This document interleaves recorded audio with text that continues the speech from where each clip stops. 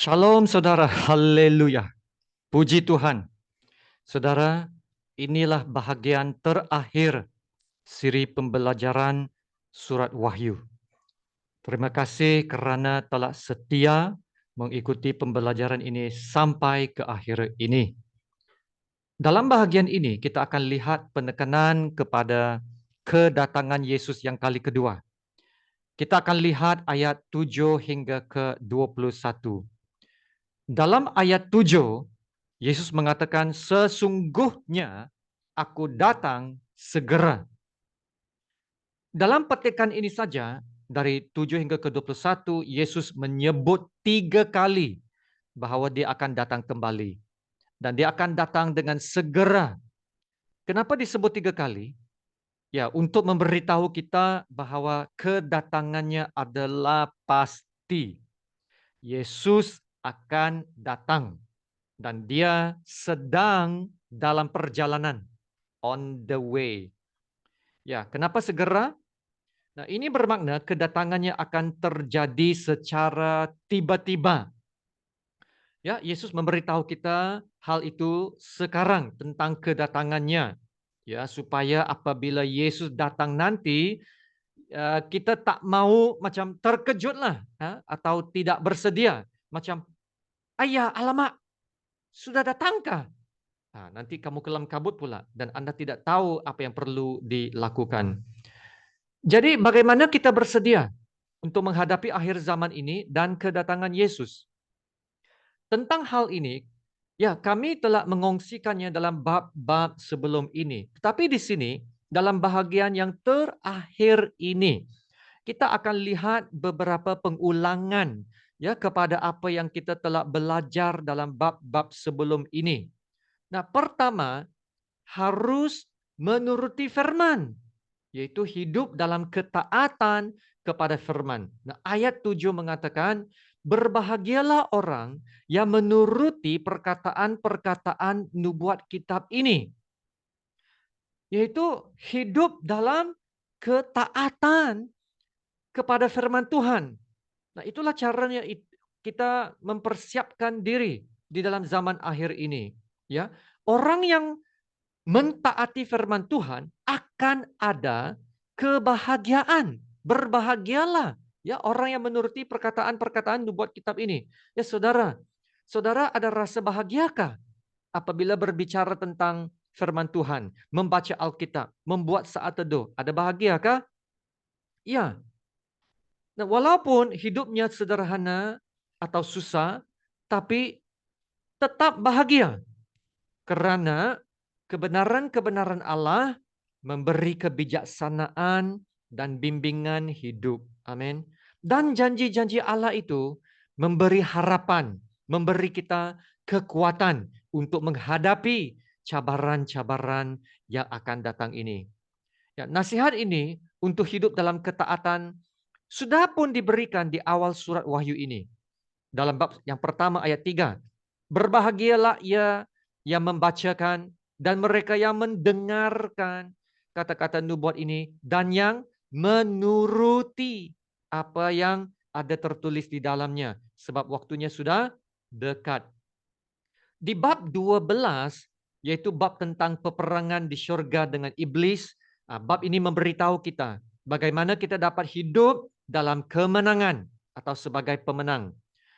Ayat 11 mengatakan, dan mereka mengalahkan dia oleh darah anak domba dan oleh perkataan kesaksian mereka. Ya saudara, di atas firman Tuhan kita berdiri teguh dan mengalahkan iblis. Amin. Bab 14 ayat 12. Yang penting di sini ialah ketekunan orang-orang kudus yang menuruti perintah Allah dan iman kepada Yesus. Ya, sangat jelas menuruti perintah Allah. Nah, ini adalah tandanya seseorang itu benar-benar adalah orang percaya apabila orang itu menuruti perintah Allah dan iman kepada Yesus. Nah, kita akan mengingati dengan baik arahan yang Tuhan berikan kepada Yosua sebelum mereka memasuki tanah perjanjian. Yosua 1:8. Janganlah engkau lupa memperkatakan kitab Taurat ini, tetapi renungkanlah itu siang dan malam, supaya engkau bertindak hati-hati sesuai dengan segala yang tertulis di dalamnya. Sebab dengan demikian perjalananmu akan berhasil dan engkau akan beruntung. Haleluya, kalau setuju katakan amin. Nah, kali ini bezanya dengan Yosua, kita bukan saja memasuki tanah baru, tapi kita akan memasuki tanah perjanjian kita yang abadi, yaitu surga. Jadi kuatkan ya dan teguhkanlah hatimu, teruskan hidup dalam ketaatan kepada firman. Dan yang keduanya, bagaimana mempersiapkan diri dalam zaman akhir ini. Sembahlah Allah, menyembah Tuhan dalam ayat 8. Dan aku, Yohanes, akulah yang telah mendengar dan melihat semuanya itu. Dan setelah aku mendengar dan melihatnya, aku tersungkur di depan kaki malaikat dan telah menunjukkan semuanya itu kepadaku untuk menyembahnya. Tetapi ia berkata kepadaku, jangan berbuat demikian. Aku adalah hamba, sama seperti engkau dan saudara-saudaramu, para nabi. Dan semua mereka yang menuruti segala perkataan kitab ini, sembahlah Allah. Ya, Yohanes di sini jelas dia terharu dengan apa yang dia dengar dan apa yang dia lihat. Dan dia terus sujud menyembah malaikat itu. Nah, segera dia ditegur dan dilarang berbuat demikian. Dan malaikat berkata sesuatu yang sangat-sangat penting. Oke, katakan bersama ini. Sembahlah Allah. Katakan, sembahlah Allah. Ya, bukannya menyembah malaikat, bukannya menyembah dua binatang yang dalam bab 13 itu, bukannya menyembah antikristus atau iblis itu, tapi apa? Sembahlah Allah. Nah, saudara, kita haruslah berhati-hati ya agar tidak mudah kagum dan terpengaruh oleh karisma manusia. Tak kira ya betapa hebatnya seorang pendeta itu, betapa berbakatnya seorang pemimpin pujian, atau betapa diurapi seorang hamba Tuhan. Ya, jika kita begitu menyanjung tinggi orang-orang ini, kita akan jatuh ke dalam kesilapan menjadi pengikut atau penggemar kepada seseorang itu, ya, daripada menjadi penyembah Tuhan yang sebenar. Setiap pelayan Tuhan ya haruslah menjadi seperti apa yang dikatakan malaikat itu. Aku adalah hamba, sama seperti engkau, ya sembahlah Allah. Amin. Yang ketiga adalah pengistiharan dalam ayat 10 dan 11. Lalu ia berkata kepadaku, jangan memeteraikan perkataan-perkataan nubuat dari kitab ini, sebab waktunya sudah dekat. Barang siapa yang berbuat jahat, biarlah ia terus berbuat jahat. Barang siapa yang cemar, biarlah ia terus cemar. Dan barang siapa yang benar, biarlah ia terus berbuat kebenaran. Barang siapa yang kudus, biarlah ia terus mengkuduskan dirinya. Yohanes diminta untuk tidak memeteraikan perkataan-perkataan nubuat yang telah diterimanya. Ya, karena waktunya sudah dekat. Yaitu amaran-amaran nubuatan akan terjadi, akan digenapi. Waktunya sudah dekat, yaitu Yesus akan datang kembali dan kemudian semuanya akan berakhir atau the end dalam bahasa Inggris. Kalau kita tahu tentang hal ini, apa yang perlu kita lakukan? Itu jika Tuhan meminta Yohanes untuk tidak memeteraikan kata-kata nubuat ini, bermakna semuanya mesti diistiharkan. Jangan memeteraikan, jangan menyembunyikan lagi.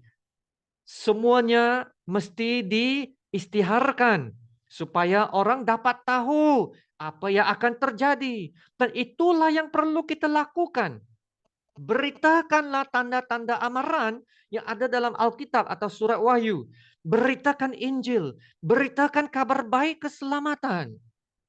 Amin. Lihat ayat 11. Ayat 11 akan menjadi respon orang ramai terhadap pengistiharaan firman Tuhan kita. Tindak balas mereka hari ini akan menentukan akhirat mereka. Ya saudara, sekarang adalah masa untuk respon kepada Tuhan. Sekarang adalah masa untuk diselamatkan. Sebab apabila Yesus kembali, tidak akan ada masa untuk diselamatkan. Maksudnya, bila Yesus muncul dengan tiba-tibanya, manusia tak boleh buat apa-apa perubahan lagi. Lalu jika ada orang yang masih berbuat jahat, dia akan terus berbuat jahat. Barang siapa yang cemar, biarlah ia terus cemar. Dan barang siapa yang benar, biarlah ia terus berbuat kebenaran. Barang siapa yang kudus, ya saudara, biarlah ia terus mengkuduskan dirinya. Maka boleh saya tambahkan satu lagi penekanan di sini. Itu bagaimana kita harus hidup dalam zaman akhir, yaitu jagalah kekudusan hidup. Nah, ini telah ditekankan bagi kita di surat Petrus yang kedua dalam bab 3 ayat 10. Tetapi hari Tuhan itu akan tiba seperti pencuri. Yaitu ya, Tuhan akan datang bila-bila masa ya, dan karena itu kita harus bersedia ya. Dan dikatakan lagi pada hari itu langit akan lenyap dengan gemuruh yang dahsyat dan unsur-unsur dunia akan hangus dalam nyala api. Dan bumi dan segala yang ada di atasnya akan hilang lenyap. Jadi, jika segala sesuatu ini akan hancur secara demikian, betapa suci dan salehnya kamu harus hidup. Nah, saudara, itulah penekanannya. Jagalah kekudusan hidup, jangan jadi serupa dunia ini. Yang keempat ialah pelayanan. Ayat 12, sesungguhnya aku datang segera dan aku membawa upahku untuk membalaskan kepada setiap orang menurut perbuatannya. Hakikat bahwa Yesus akan kembali seharusnya mendorong kita untuk terus bertekun, ya, menjadi orang yang berhasil, menjadi orang yang produktif, bersungguh-sungguh dalam pelayanan. Ya saudara, kasihilah Tuhan, layanilah Tuhan. Maksudnya kalau kita mengasihi Tuhan, kita pasti akan melayannya. Kasihilah Tuhan, layanilah Tuhan. Ya, jangan berpikir, oh, Yesus akan datang kembali ya, semuanya akan berakhir. Ya, mari kita berhenti kerjalah sebab sudah mau datang kembali. Lalu letak jawatan, jual semua harta benda kita, pergi bersembunyi. Tolong jangan pikir begitu. Jangan lalai dalam pekerjaan. Jangan abaikan kerja atau pelayanan. Ya, saudara, di surat Tesalonika yang kedua, apabila jemaat Tesalonika mengetahui bahwa hari Tuhan dan kedatangan Yesus sudah dekat, nah, mereka menggunakan itu sebagai alasan untuk berhenti kerja. Dan Paulus memberi peringatan terhadap yang lalai bekerja itu. Paulus memberitahu jemaat Tesalonika supaya jangan jadi pemalas. Sebaliknya, ya mereka harus hidup bertekun dan disiplin, hidup yang berdisiplin. Paulus berkata, jika seorang tidak mau bekerja, janganlah ia makan. Ya saudara, kita ingin terus setia dalam melayani. Supaya apabila Yesus menyambut kita nanti, Yesus akan dapat berkata, hambaku yang baik dan setia. Dan yang kelima, ialah pandanglah kepada Yesus atau peganglah kepada Yesus Kristus. Dalam ayat 13 dan juga 16.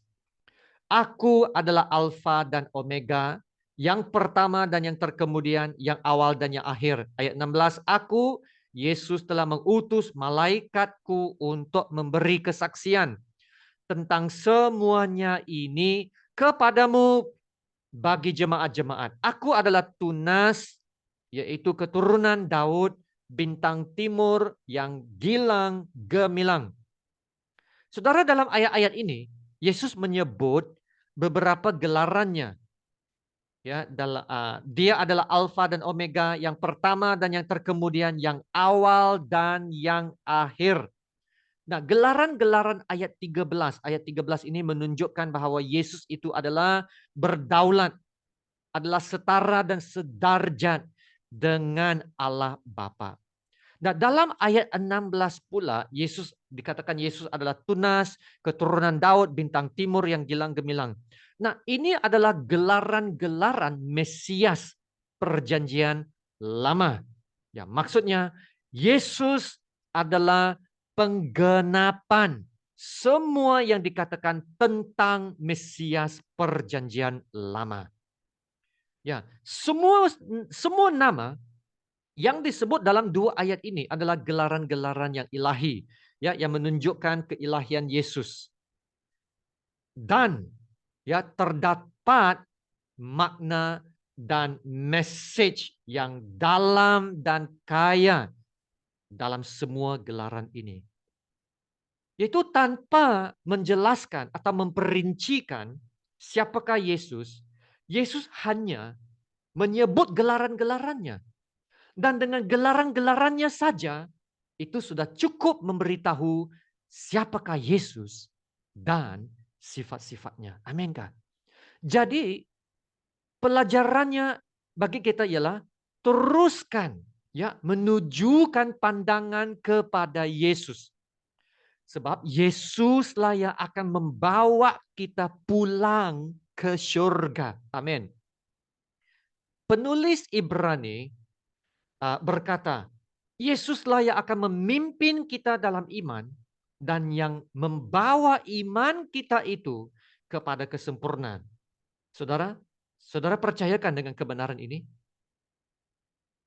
Dan bahagian kedua ayat ini juga menunjukkan kepada kita bahwa Yesus adalah contoh terbaik tentang bagaimana untuk setia, menjadi setia hingga akhir. Yaitu yang dengan mengabaikan kehinaan, tekun memikul salib ganti sukacita yang disediakan bagi dia yang sekarang duduk di sebelah kanan takhta Allah. Ya, jadi kita harus bertahan seperti Yesus yang bertekun. Yesus bertekun sampailah Yesus kembali ke tempat kemuliaannya. Nah, inilah sukacita yang dimaksudkan dalam ayat ini. Sukacita bahwa Yesus kembali ke tempat kemuliaannya. Ya saudara, kita juga ada sukacita ini. Yaitu bila kita tahu kita ada warisan syurgawi yang mulia yang menantikan kita. Ya, dan karena itu seperti Yesus kita akan mau bertekun dan tabah sekarang. Ya, walaupun harus memikul pelbagai salib kesusahan dan kesukaran hidup. Tapi tetap ada sukacita. Sukacita akan warisan syurgawi yang akan kita terima. Amin. Nah, surat ini diakhiri dengan jemputan, amaran, dan ucapan berkat. Nah, jemputannya adalah di dalam ayat 17. Roh dan pengantin perempuan itu berkata, marilah. Dan barang siapa yang mendengarnya, hendaklah ia berkata, marilah. Dan barang siapa yang haus, hendaklah ia datang. Dan barang siapa yang mau, hendaklah ia mengambil air kehidupan dengan cuma-cuma. Jemputan yang ada di sini adalah marilah. Ini adalah jemputan terbuka kepada semua orang, yaitu barang siapa. Marilah. Nah, itulah langkah pertama. Langkah pertama, marilah. Itu apabila kita rasa kita tidak mampu. Apabila kita rasa ujian kehidupan sekarang ini, wah terlalu berat untuk ditangani. Beban terlalu berat untuk dipikul. Wah, nubuatan-nubuatan yang ada di dalam surat Wahyu ini, amaran-amarannya terlalu menakutkan. Wah, komitmen dan kesungguhan yang dituntut terlalu tinggi. Saudara, kalau Anda merasakan semua ini, Yesus berkata, marilah. Marilah dan terima daripadanya. Jangan takut. Jangan bimbang, jangan berputus asa, jangan putus harapan, jangan juga keliru. Tetapi marilah, datanglah kepada Yesus. Itulah jemputannya. Dan amarannya ada di dalam ayat 18 dan 19.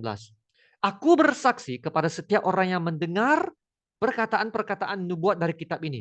Jika ada seorang menambahkan sesuatu kepada perkataan-perkataan ini, maka Allah akan menambahkan kepadanya malapetaka-malapetaka yang tertulis di dalam kitab ini. Dan jikalau seorang mengurangkan sesuatu dari perkataan-perkataan dari kitab nubuat ini, maka Allah akan mengambil bagiannya dari pohon kehidupan dan dari kota kudus. Seperti yang tertulis dalam kitab ini. Dalam dua ayat ini, Tuhan sendiri yang memberikan pengesahannya pada firman-Nya. Anda tak perlu menambah, menolak, atau mengedit, menyunting ya, edit atau coba ubah ya, seperti cara kita kadangkala perlu mengedit buku sejarah kita ya karena terdapat kesilapan. Anda tidak perlu berbuat demikian dengan Alkitab. Tak perlu tambah atau menolak. Nah, ini bermakna Alkitab kita sudah pun lengkap. Sudah lengkap. Sahih dan sempurna. Saudara, Anda boleh meletakkan keyakinan yang 100% pada Alkitab kita. Amin. Nah, akhir sekali adalah berkat, yaitu ucapan selamat. Ayat 20 dan 21. Ia yang memberi kesaksian tentang semuanya ini berfirman, ya, aku datang segera. Amin. Datanglah Tuhan Yesus. Kasih karunia Tuhan Yesus menyertai kamu sekalian. Amin. Haleluya saudara. Selepas melalui suatu pembelajaran yang begitu mencabar, surat Wahyu ini seperti naik roller coaster ya. Dengan bahagian-bahagian yang begitu menakutkan tentang siri-siri penghakiman, penganiayaan yang harus dilalui oleh orang-orang percaya, wah, kejahatan-kejahatan iblis dan dua binatang itu. Nah, surat ini sekarang berakhir dengan berkat yang sangat-sangat indah sekali. Kasih karunia Tuhan Yesus menyertai kamu sekalian. Nah, saudara, bukankah ini kata-kata yang indah didengar? Surat Wahyu bukan hanya tentang penghakiman dan hukuman Tuhan. Ya, ia adalah tentang rahmat atau kasih karunia Tuhan kita. Saudara, lihat ayat ini. Kasih karunia Tuhan Yesus menyertai kamu sekalian. Dan itulah caranya kita boleh mengatasi. Itulah caranya kita boleh bertahan. Yaitu kasih karunia Tuhan yang menyertai. Itulah caranya kita boleh kekal setia. Itulah caranya bagaimana kita boleh taat. Yaitu kasih karunia Tuhan Yesus yang menyertai. Nah, itulah caranya kita boleh sampai ke garis akhir dan menjadi pemenang. Yaitu dengan kasih karunia Tuhan yang menyertai. Dan saudara, kasih karunia Tuhan itu adalah mencukupi. Ya, seperti mana Paulus mengatakan dalam 2 Korintus bab 12 ayat 9 dan 10. Cukuplah kasih karuniaku bagimu. Sebab justru dalam kelemahanlah kuasaku menjadi sempurna. Nah, saudara, di dalam kasih karunia Tuhan yang mencukupkan, Paulus dapat berkata ini. Karena itu, aku senang dan rela di dalam kelemahan, di dalam siksaan, di dalam kesukaran, di dalam penganiayaan dan kesesakan oleh karena Kristus. Sebab jika aku lemah, maka aku kuat. Haleluya. Ya saudara, Yesus akan datang kembali. Kedatangannya adalah pasti.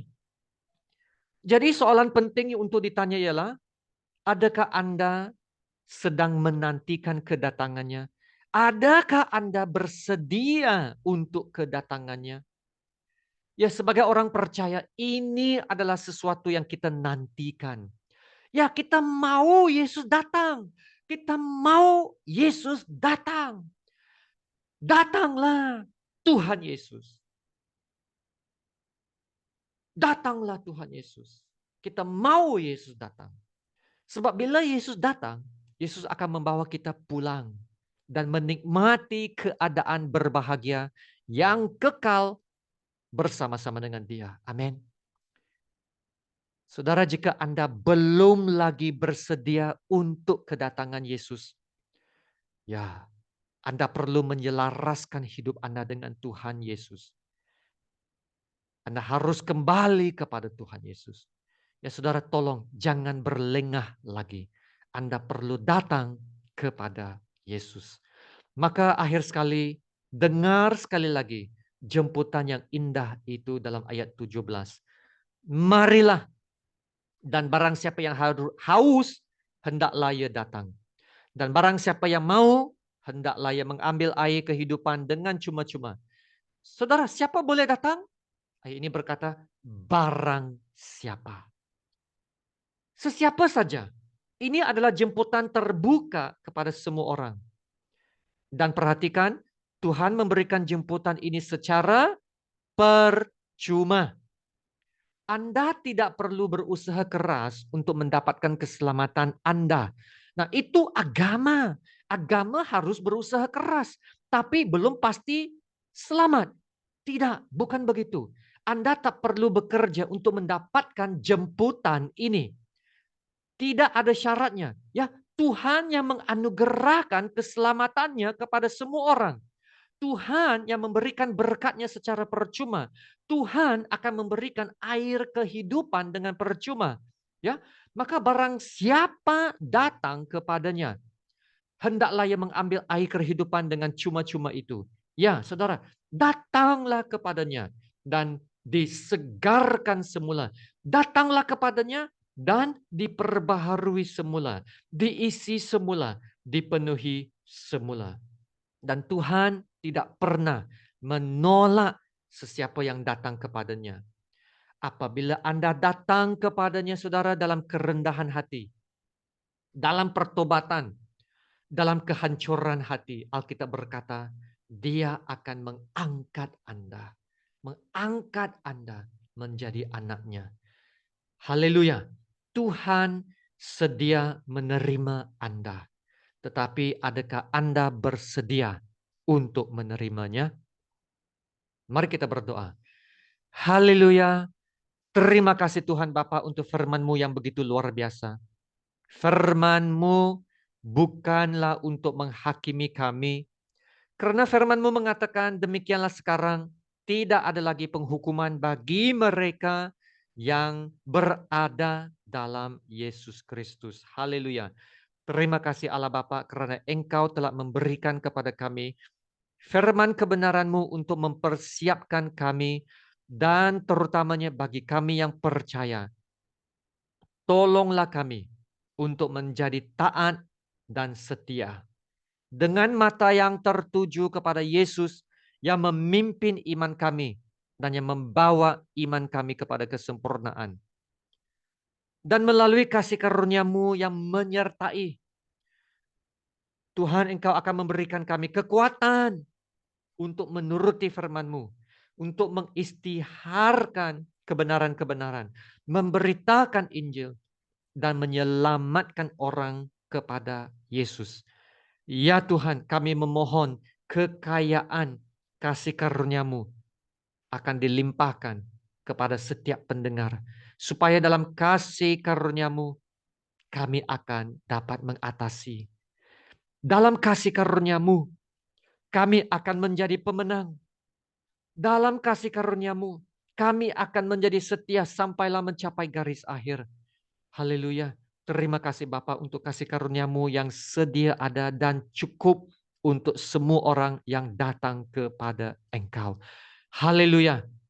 Bagi Dia adalah kemuliaan, kebesaran, kekuatan dan kuasa sebelum segala abad dan sekarang dan sampai selama-lamanya.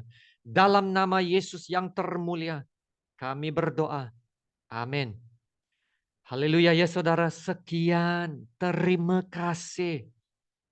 Dan Tuhan memberkati engkau dan melindungi engkau. Tuhan menyinari engkau dengan wajah-Nya dan memberi engkau kasih karunia-Nya. Tuhan menghadapkan wajah-Nya kepadamu dan memberi engkau damai sejahtera. Amin.